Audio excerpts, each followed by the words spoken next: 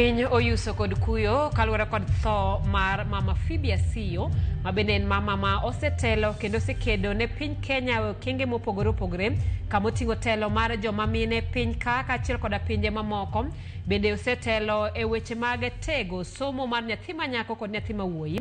Mama Phoebe Asiyo bende ne obedo jaod bura ma karachuonyo e thuolo machon kod telo mamoko makinde machon ne owe mana ne joma chuo. Anyuola mare olando thone odhiambo ma kawuono ka mama Phoebe Asiyo iwacho ni owito ngimane ka nitiere boma ma North Carolina. Kaka Ramogi TV waoro otewa mag kuyo ne anyuola kaachiel kod piny Kenya kendo chuny mama Phoebe mondo obed kamokwe. Kao kamano nyako Ramogi warangane moko kuom weche ma wamiyo pek.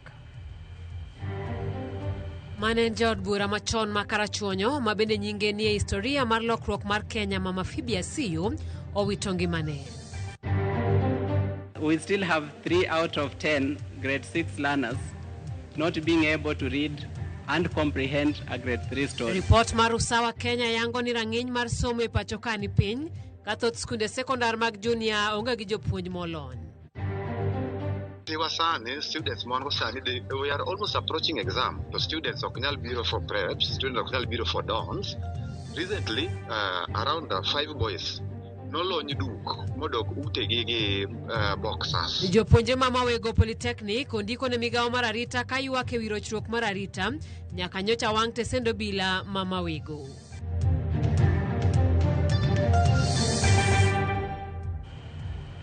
Jakoromogi tudri kodwa namba mar ote machuo kenari 36000 kao kamano bende wayudore e mbui mopogore mag oganda. Yudwa achiel kachiel e mbui no mar Facebook, mbui mar YouTube, wadore mbui mar X kata Twitter machon kaachiel koda mbui mar Instagram duto Ramogi TV. Machiegni nyinga Simfroz Okinda, jaloko marwa en Wilson Ochuka. Wachako kama piny Kenya ywago miyo ma ni e sigana mar Kenya mama Phoebe Asiyo manobedo jaod bura ma karachuonyo e higni machon. Mama Phoebe ma iparo kuom okenge mag kedo ne ratich mine kod nyithindo manyiri otho e boma ma North Carolina e piny mar Amerika kendo familia mare oyango thone. Phoebe Asiyo nying mosesoko it jo Kenya to kata mano oganda mamoko e tung pinje ma kaluwore gi kit ng'ama ne en nyaka koro tho mare ma olande ayanga kawuono gi familia mare. Sigand Phoebe Asiyo chakore gi e nyuol mare e higa mar 1932. Somo mare skund primar Magendi e karachuonyo. Embu TTC mane omiyo bedo japuonj kuom kinde kapok obedo superintendent maduong' mar jela kama ne otiye kuom higni 6 nyaka higa mar 1964. Phoebe Asiyo bende ne obedo miyo mokwongo ma ja Afrika e telo ne riwruok makedo ne mine mano maendeleo ya wanawake. Kama bang'e to ne oweyo ka odhi e siasa. Ka nomiyo chuo obedo jaod bura ma karachuonyo e higa mar 1979 nyaka 1983 kaachiel kod 1992 nyaka 1997. E thuolo mare kaka jaod bura, mama Asiyo iparo kod kedo ne ratiro mar nyithindo manyiri e weche somo, ratich mine kod kedo gi akwede mag kit chwech. E kindeno ne ochwalo agenda paro mar twak mane loso e wi jiwo thuolo ne mine man affirmative action makara kamano ne ok oyudo sir e kindeno. Higni 23 bang'e od bura ne opuodho parono kokalo kuom jaod bura Beth Mugo mane omedo jiwo tiende lowo. Ting' mar mama Phoebe Asiyo mar jiwo lokruok gi telo makare ne omiyo bedo achiel kuom jogo mane okedo motegno ne lokruok mar chike kod katiba e pachoka. Bende ipare kuom bedo jakom kanyakla mar jotelo mamine to kod kaka jambetre mar kido makare ma osir kod riwruog piny ngima mano United Nations Development Fund. E higa mar 2009, Phoebe Asiyo ne osidhne mich mar nyadhi motisi ni Order of the Grand Warrior of Kenya kuom tije kod okenge mage e bero lwasi ne mine kod kit chwech duto. E higa mar 2022 bende ne odhiale kaka achiel kuom mine mosebedo ka ochung' motegno e kedo ne ratiro mar joma mine kod dongruok mar piny Kenya. Nyasi no manotimore pare mantiere wi ondiek e kar chung' od bura ma karachuonyo kendo notele gi jatend migawo mar jotije piny owacho kod kit chweche kindeno Margaret Kobia. Bende ipare kuom bedo miyo mokwongo mane obedo kaka jaduong' oganda lemo makinde mokalo ne ipuodhe mana joma chuo. E twak mare nyasi mar dhialo Nyinyakach mane oyuore gi mama Aida Odinga kod gavana ma Homa Bay Gladys Wanga, Mama Phoebe ne ogolo duonde kendo jiwo dhoudi mag luo mondo sir nyithindo duto maonge akwede e kind nyako kata wuoyi. Nyaka e tho mare, Mama Phoebe ne pod yudo thuolo mar jiwo jotelo ma Wakeini kod mamoko, kata obedo ni ne en e piny Amerka, kama familia mare oyango ni othoe e boma ma North Carolina. Mana kamano, ote mag kuyo osechako molo kaeri. Aneno ka Gladys Wanga, mano gavana ma Homa Bay, oro ote mare kawacho ni piny Kenya wito miyo maratego wakuyo gi familia mare to kod ne Homa Bay mangima kama ne otiye. Ok wawito mana jatelo kende, wawito miyo, japuonj kendo jaked ne ratich oganda. Bedo jatelo maendeleo ya wanawake, jaod bura ma Karachuonyo, jaked ne ratich mine, Mama Phoebe ne oyawo lae ne ji mamoko mondo oluw. Ote machielo en kowuok kuom Ochila Yako, mano gavana ma Migori, owacho ni elo Migori kod an wachwalo kuyo ne familia wede gi osiepe mag Phoebe Asiyo. En miyo maratego ma osekelo lokruok e Kenya kod jiwo ratich mine. Chiwruok ne tiyo ne oganda ibiro med paro. Mano ote kanyo mowuok kuom gavana ma Migori, Ochila Yako. Ote machielo owuok kanyo kuom laktar Mark Matunga, ma bende jalony e weche mag ICT. Matunga wacho ni awito watna kendo miyo ma osiepna mane obedo motegno e chwalo agenda mag dongruok mar oganda, mine kod oganda duto. Homa Bay owito jatelo kendo miyo manigi chia. Nyakoromogi mago ote kanyo ma bende ochwalnwa kaluwore kod tho mar Phoebe Asiyo. Mano ote mar gavana ma Homa Bay. Gavana ma Kisumu, aneno ka ote mar gavana ma Kisumu Anyang' Nyong'o bende ni kae. Anyang' Nyong'o wacho ni en buok ne an kod Dorothy Nyong'o e wi tho mar Phoebe Asiyo.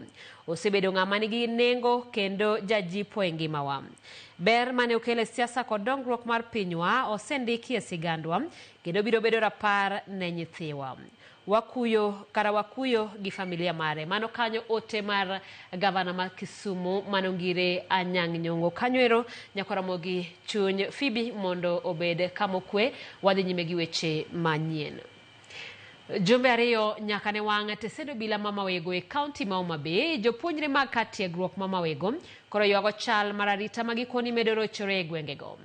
Kwayo ma jopuonjrego en ni mondo piny owacho oyie oger tesendo bila machielo mar konyogi kaachiel kod jodak e yor arita. Magi timore kinde ma achije ma itudo kod wang'o tesendo bila Mama Wego ogeng'negi e boma ma Nairobi. Nyakidi lero mathoth.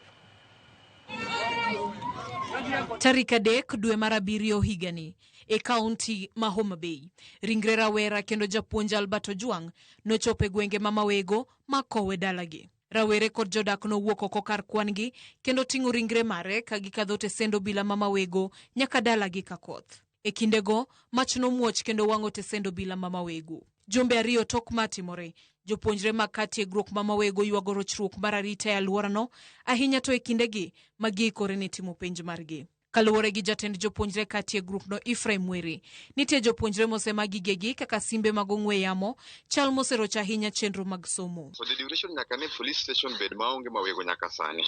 Wan ga number of students ma osema simbegi. Tewa sani, students mongo sani, we are almost approaching exam. So students ok nyal biro for preps, students ok nyal biro for dons. Sani they are forced mondo megidog e yot as early as saa 3 or saa 2. Gibiro school saa 1 karach. Mangiso ni dons onge, preps onge. Ato magi jok madhi timo penj. Were omedo bende ni nitie kweth moro mosetemo monjo jodak kod mago mosetemo rocho ratich jopuonjre modak oko. Kaluwore ni chuk dar mag kar tiegruokno nyalo mana chiwo arita ne jopuonjre modak e skul. There's an old mama, jomoko nodhi omonje ode, an attempt of rape. There are rape cases recently around 5 boys. Nolony duk modok utegi gi boxers. The security man in school, we are also trying, ogisetemo, but calling any the security man in school, gin girito the school compound. But we got a population of 10,000. Out of the 10,000, you don't modak school are only almost just 1,000. You modong te are commuters. They are going school. Koro within the compound to onge sheda, you have the security. But koro jomani oko.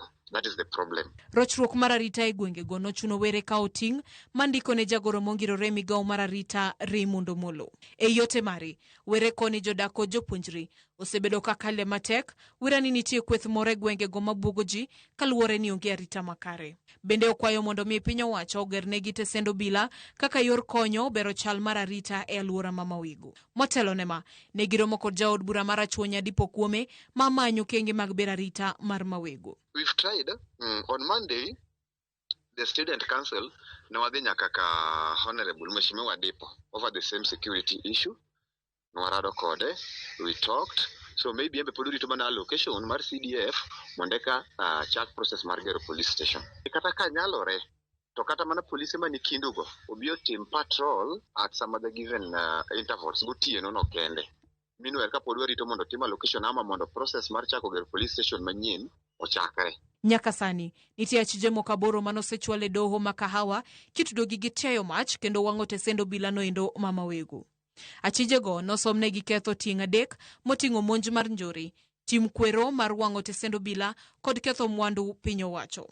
Motelo ne ma, nosechwal gi doho ma Oyugis koka nochako makgi kendo chwal gi log tich mar obila makedo gi njore kata ATPU mayudore buore Nairobi. Nyaka sani, odin ne gi remand e jela Makamiti Maximum. Efinya Kidi, Ramogi TV. Wadhi nyaka e kaunti ma Siaya kama bang' welo mar manen jaod bura ma Ugunja Opiyo Wandayi kaka jatend migawo mar teko e pacho ka. Jopiny kar chungo od bura no osebedo kuom thuolo mahawo higa achiel maonge jaod bura margi. Kata kamano koro ginyiso ikruok margi ni yiero ma adundo mowinjore tim kono bang' commissioners mag duol matayo yiero gi kiewo IEBC chamo muma kendo chako tich ayanga. Kaka jafwambo marwa Steve Biko leronwa, jopinygo okwayo kwe e kinde ma kampen biro chakore mar manyo jaod bura manyien.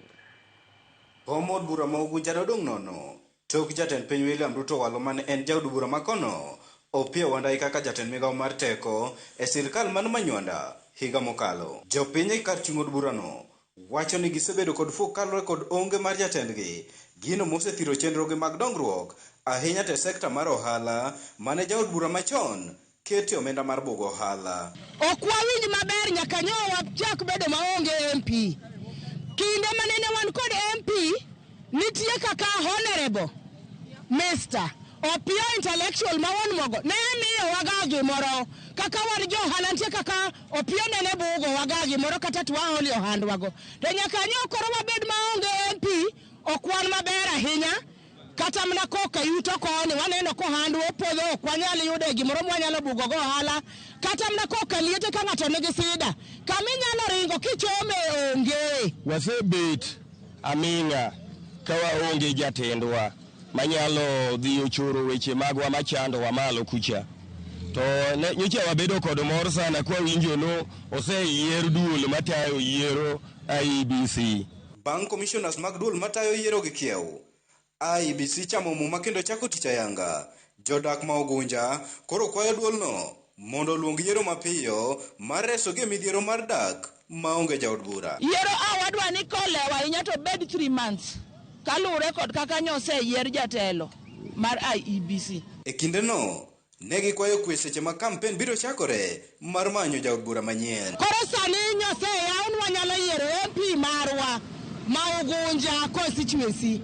Ana wacho kenda nuoyo kama ni wan kaka jo Ugunja wan wadwan mondo wayier gi kwe kata mana ana wan kama chung'ie ni okang'e na bro yiero ng'a kata ana wan kaka nya Mombasa benda romo chung' anyalo chung' mondo yiera MP. Koro in ng'ati mibro yiero no in nyato gi wadwan wayier gi kwe okwadwan mondo wadhaw okwadwan mondo wagore okwadwan mondo wayany ng'ato ni ojende kata jopiny kik wabedu jok mayie mondo ti kodwa e lweny mag biro na mo ka mwanduwa kaka jo Ugunja kethore.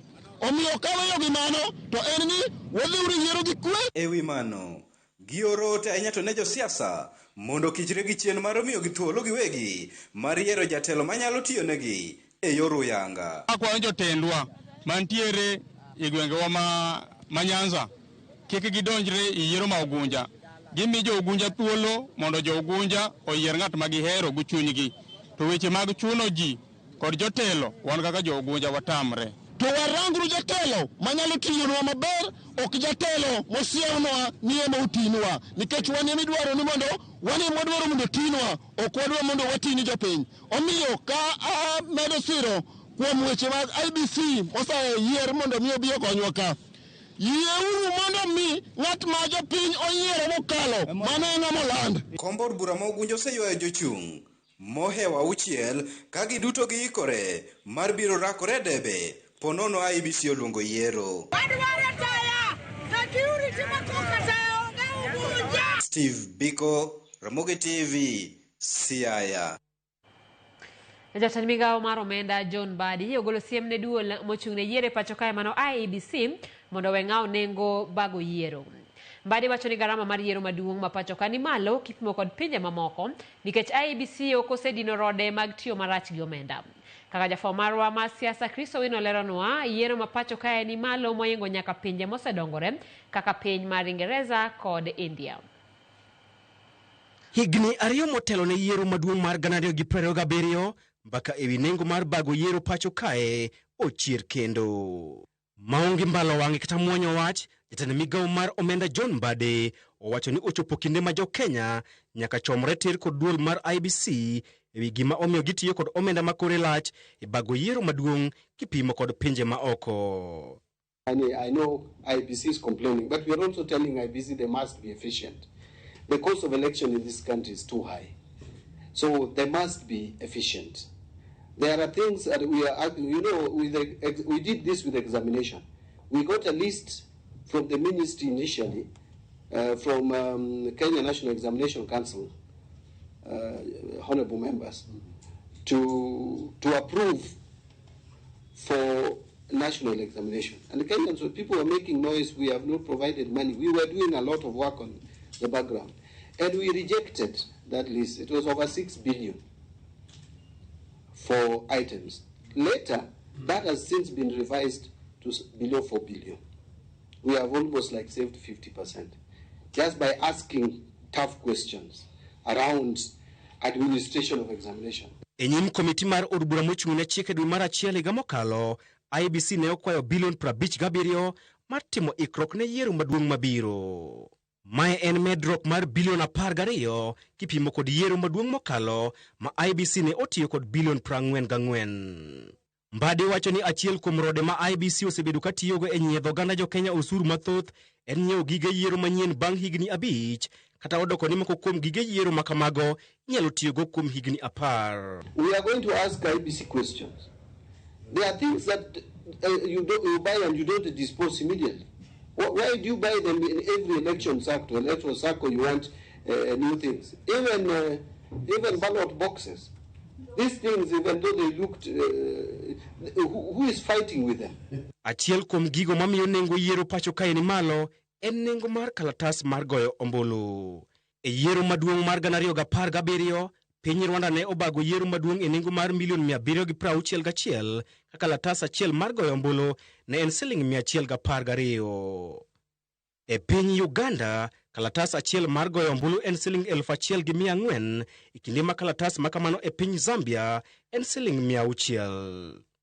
E kind pinje mosedongore, piny India man kod jogo ombulu mathoth e piny mangima mar ji milion 910, nengo kalatas achiel mar goyo ombulu en siling 1,000 ka e piny Ingereza kalatas achiel mar goyo ombulu en siling 480.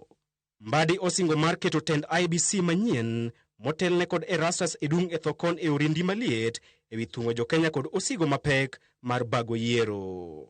Mbadi kata kamano omiyo jo Kenya geno ni sirikal dhi miyo IBC omenda moromo mar timo ikruok malong'o ne yiero madundo kaachiel kod yiero maduong' mabiro. IBC dhi tiyo gi milion 788 e bago yiero madunde kuonde chung' od buche 6, kaunti 1 kaachiel kod wards 11 yiero ma ochan timo dwe mar 10 higani. Chris Owino, Ramogi TV, Nairobi. Erokamano nya Chris Owino. Kawadhi nyime ni jatend piny William Ruto wuok oko mar manyo sir mar ojende ma osebedo ka ineno ka gima obalo kod sirikande. Ruto manatimo limbe kaunti ma Nairobi okoni jomatindo e siro mar piny kendo mondo Kenya odongre nyaka jomatindo bed kod tije.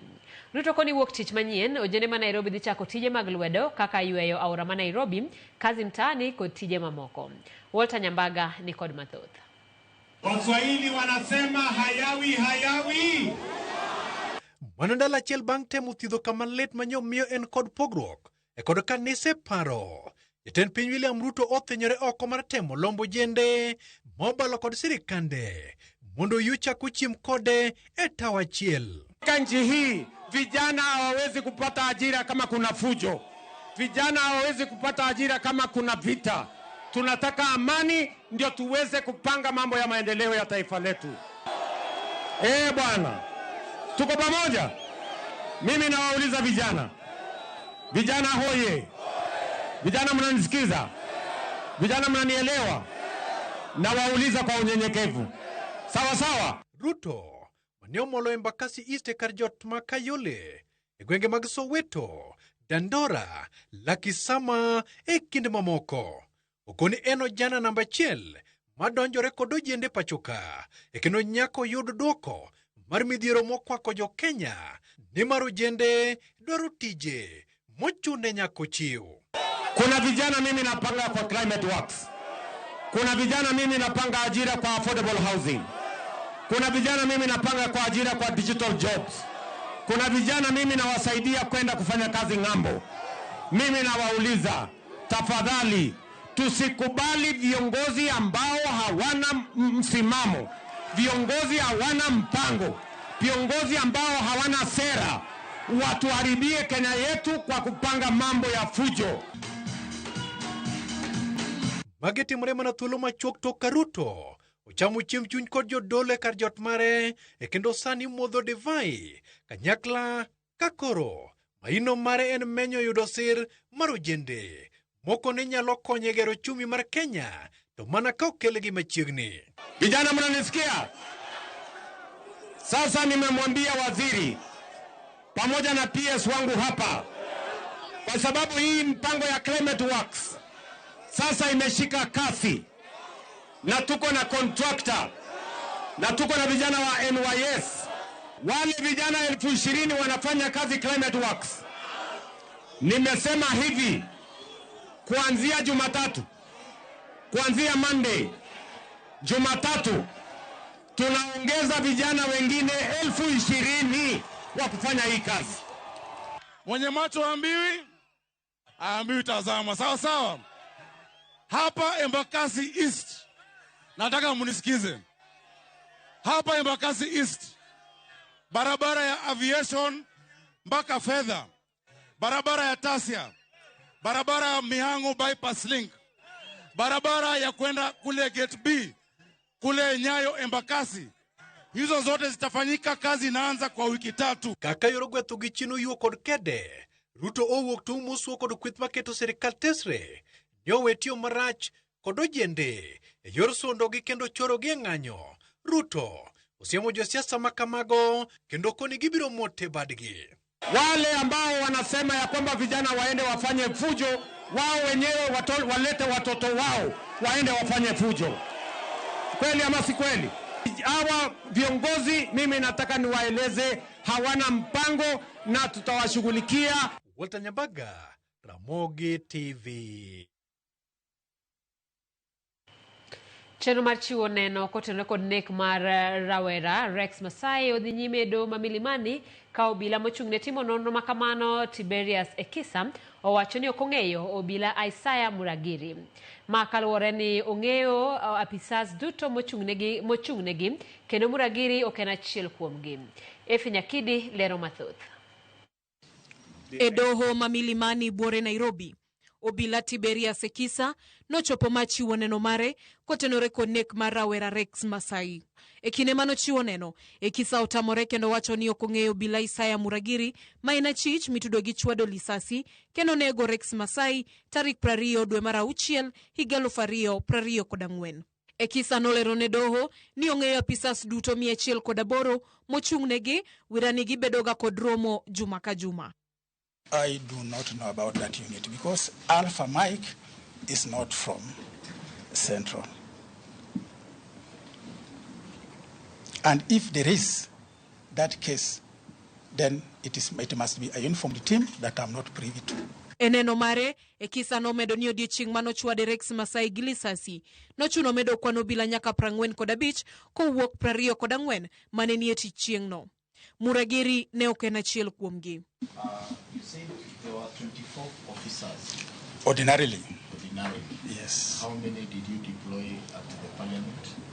I beefed the number up to 45. Up to 45. Yes. Chal makama nochuno mondo keto okenge mag timo nonro.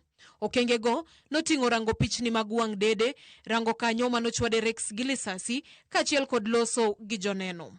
Using our own initiative, we went to the scene, but we did not recover any bullet, head or cartridge. Yes. But you reached at the scene. Yes. Okay. The area purported to say the area, because there was no exact person who will say it was here. Achiel kuom gigo ma ikisa nolero ne doho ni osethiro nonro margi en ni ka thieth manotere Rex nokochiwo nying jogo manotere kanyo ne thieth mapiyo. Kata kamano nowacho ni onyalo yango ni Rex notho kaluwore gi lisasi manochwade ahinya to tok chenro mabero manotimne ringre mare. Members of the public who brought the suspect to the hospital did not cooperate with us. And especially after they came in contact with the power. So whenever we call them to come and testify, they're saying our case is with the power. So we had very difficult time in investigating that case because of allegation that we are covering up the matter. Magi duto timore odiochieng' achiel tok Isaya Muragiri tamore ni neno duto manyope dhe doho manyiso ni en ok en. Efi Nyakidi, Ramogi TV, Nairobi. Report mar Efi Nyakidi no kelewa yo mokwongo chenro en marang'ich welo aneno kaya ka ote odonjo jaod bura mandhiwa Martin Owino wacho ni oro rambi ne familia mar mosenindo Mama Phoebe Asiyo ko wacho ni en lal maduong' ne Kenya ne en amenta ne jo Kenya mang'eny e yor lony mopogore nyaka e paw siasa. Nyasaye made chiw hocho makende ne familia, wede kod osiepe. Ote mamoko an Lawi Wuoda Dore an rinya ne Ramogi TV yo makare to mosna jo game kanya det duto. An Obilo Derek Director Marco Nims Academy Kabondo amor kod chenro mar Ramogi chopo no yo makare atimo mos mang'eny kuom tho mar Mama Phoebe Asiyo. Ramogi TV an Jamta Wuoda Awasi Border Frozen Ramogi TV chopo no maler sana from Awasi Border. Ramogi TV ma Barak Ndama Wuod Wathong'er Kadem gima ng'eyo ni piny ringo ariwa gadieri awuoro sana kama ochomo. Mosna baba na Joseph Ndama Ogweyo Joseph Ndama min Lili Honorable Mark Nyamita Dorin kaen kuja hardware. Ero kamana nyako Ramogi saa 1:26 wayo matin pododogi weche mamoko.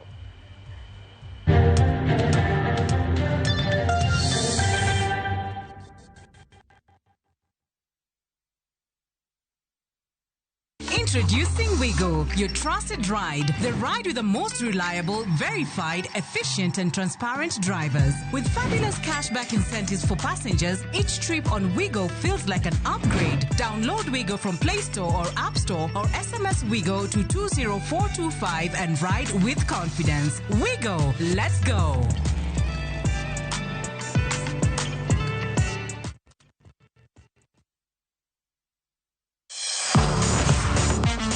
Ne thuolo mar yudo weche tuke duto nyaka mopondo.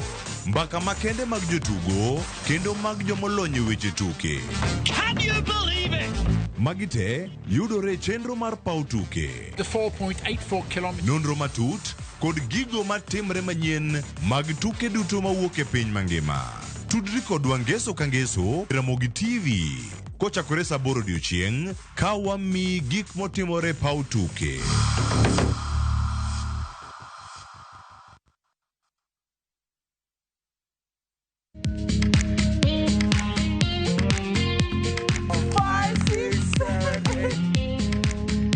For all Matters Health, Wart Ndakitari in Kikuyu, Penj Laktari in Luo, and Uliza Daktari. Hivi viharusi vinatoka upande wa roho, wa moyo. Utirerio horo wa wellness check-up.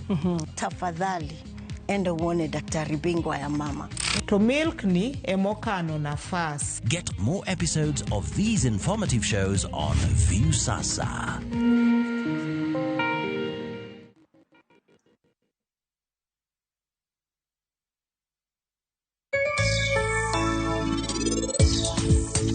Records ber nikech miyo ingenia gima nanyiewe gi pesa makama to ause gi pesa makamae. Pesa nyalo bet ni donjo to onge profit ma itimo nadi ma ilose.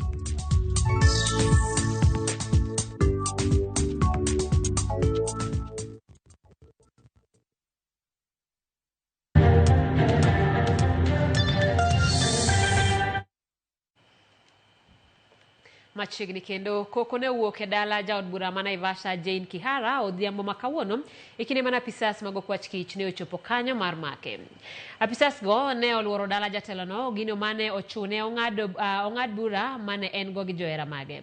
Okwach kich oyango ni jaod bura no ne omake gi ketho mar siayo rawere e kinde ng'anyo mag Sabasaba. Jafo marwa Armstrong Osutwa miyowaler. Kar sa 9 odhiambo makawuono dala ne mayudore Maria Gushu e kar chung' od bura ma Naivasha e kaunti ma Nakuru.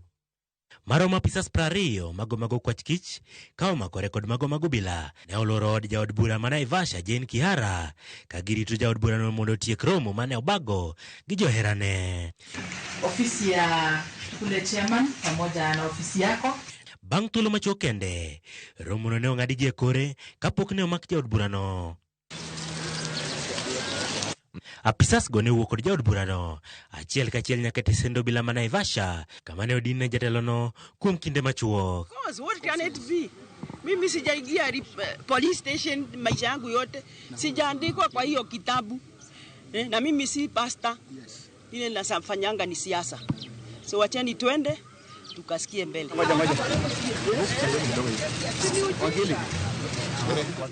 Moko kuom jotelo motenore gi ogai mar duond buch DCP Rigathi Gachagua to ne wacho ni nyawadgi no iguro kamano e weche mag siasa. Hii maneno tutadili naye para jali. Maneno kidogo sana. Ndio serikali nilipigania. Inanishika sasa. Thuolo machuok bang'e, wuodhno ne wuok kochomo boma ma Nairobi ka nyamburko mag okwach kich go ne riembe ng'we rititi.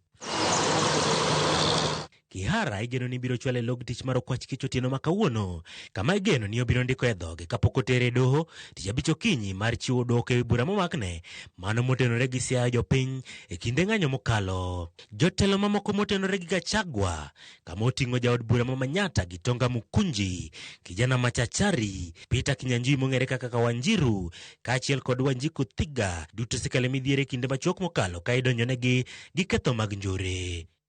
Armstrong Osutwa, Ramogi TV. Adek kuom 10 mar jopuonjre mag grade mar 6 ok nyal somo mawinji sigana mar jo grade mar 3 e pacho ka. Ma kalore kod report ma giko higa mokalo manogol kod riwruok mar Zizi Afrique kod Usawa ma bende yango ni 35% mag skunde sekondar ma adundo onge kod jopuonj molony e puonjo somo mag science kod kwano e skunde mag piny owacho ma pacho ka. Kaka Judith Omondi lero, moko kuom rem ma bende ogolie lipod ni oriwo nok mar jopuonj kuonde losruok ka bende thoth jopuonjre mayudo pek e somo gin mane ok okalie nasari. En midhiero kod rem machielo e sekta mar somo ma omeny kod riwruok mar Zizi Afrique kod Usawa ma en nonro mane otieki giko higa ma okalo kendo yango ni jopuonjre pod ni chien e weche mag somo.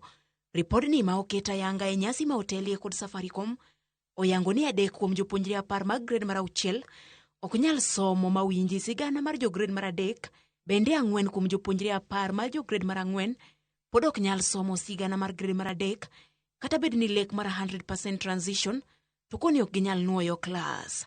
We look at grade 4 learners and you assess them using grade 3 English story to read. only 4 in 10 can actually read that story. So it means the other 6 are learning, but not learning at the right level. They are learning not at the level they should be learning. It is scary when you look at grade 6 because we still have 3 out of 10 grade 6 learners not being able to read and comprehend a grade 3 story. Ripodi ni oyango moko kuom rem maka moro nyayo kendo duoko jopuonjre piny. E nonro ni oyangore ni atamalo 35 mag junior sekondar onge kata mana japuonj achiel mapuonjo kwano kod science mano STEM. Ranyisi ni somo mag kwano kod science ipuonjo gi jopuonj ma ok olonyie pauno.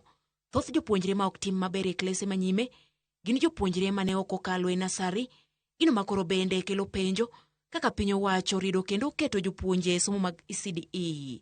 There is evidence that we cannot ignore ECDE, and if we continue to do, then we continue to struggle with the rest of the levels. Enrollment trends have gone up, investments are going up, teacher education, we see a lot of contribution there.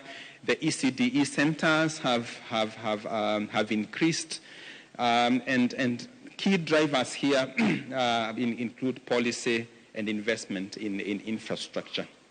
And also teachers. Migao mar somo kata kamano kokalo kum jagoro ma ongirore migao no Julius Bitok oyango ni gitemo dino rem mantie ahinya to indiko jopuonj ka achiel kod gero kuonde timo nonro. Able to map 1,600 schools which don't have a lab completely, and these are largely day schools and schools which started recently, and we are investing in 1,600 labs around the country so that by January, and that we are doing in the next 3 months, so that by January this year all our schools around the country, each school will have at least a lab. Ripodi ni biro e kinde ma sekta mar somo podo kwa kod midhiero mar omenda kanyaka sani jopuonje mag skunde sekondar mamalo nyicha obugoloro skunde kaluwore ni poko chwal negi omenda mag somo. Bende jopuonjre ma incho timo klas 12 higa ma okalo kamoro ok bi yudo sir mag hola kaluwore gi ripot ma nyicho chwali e od bura. Judith Omondi, Ramogi TV, Nairobi.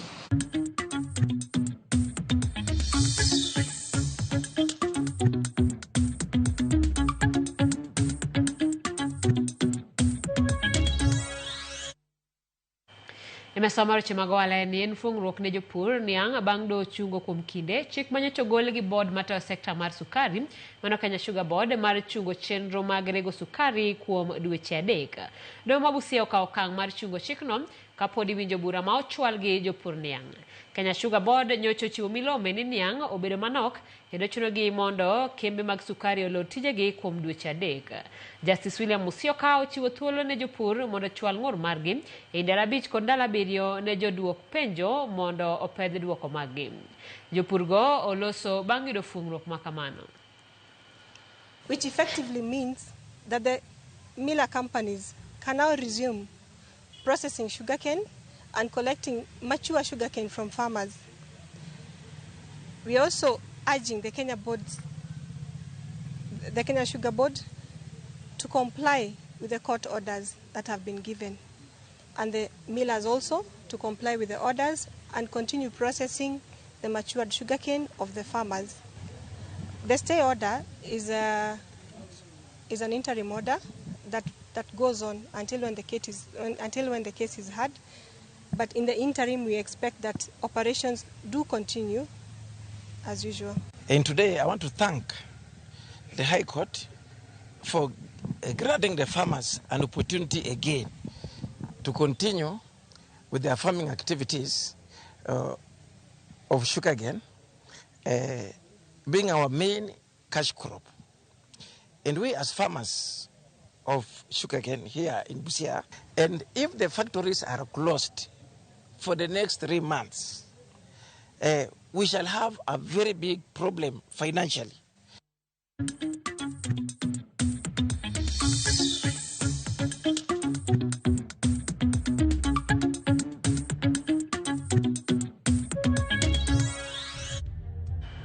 Jakoromogi wadwa nochakwa kawiyo moro motelo ne weche mag tuke kanyo no ka Archbishop George Odera Oro ote mare kowacho ni elo kanisa duto oro kuyo marwa ne jodala gi jo Kenya kuom ewi tho mar mama Phoebe Asiyo wakwayo kwe chunjo Kenya kuom wito mama malichne.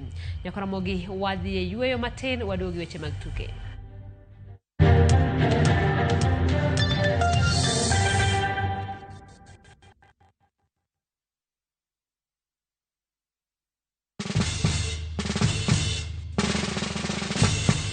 Guess what? Citizen Duka now delivers! Get amazing discount on your favorite essentials and have them brought straight to your doorstep, all for just 200 shillings delivery fee. Go to citizenduka.com, select the product you want, pay, and we'll handle the rest. Citizen Duka, the home of discount.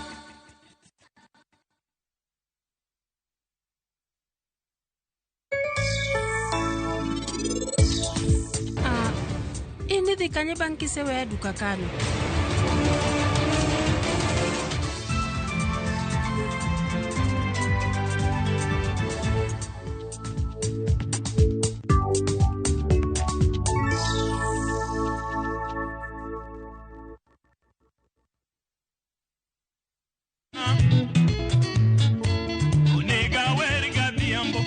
Ninyando Stars nege kwalo thuma, Musa Juma no kwalo thuma. Adier makende en ni wuon thum mar Adhiambo pod ngima. Ramogi TV omanyo kendo oyudo wuon thum. Corridor Man kata Othoro Ng'ong'o mane otelo ne Siyenga Dynamic Band. Koro jogi nokawo stage performance mana kaki wacho no gidhi gi record. Ng'ama nowero gino ka ng'ane ma nodhi owere kendo ka Musa. Tudri gi Solomon Atito Kafaya tich abichni e chenro mar ng'ejo thumbewa kochakore saa 2 okinyi kendo wanuoye ngeso saa 5 okinyi. Sende minena sino goyogo an mane nandiko tich odemo nyage mwadogi e pacho masadijo yoro.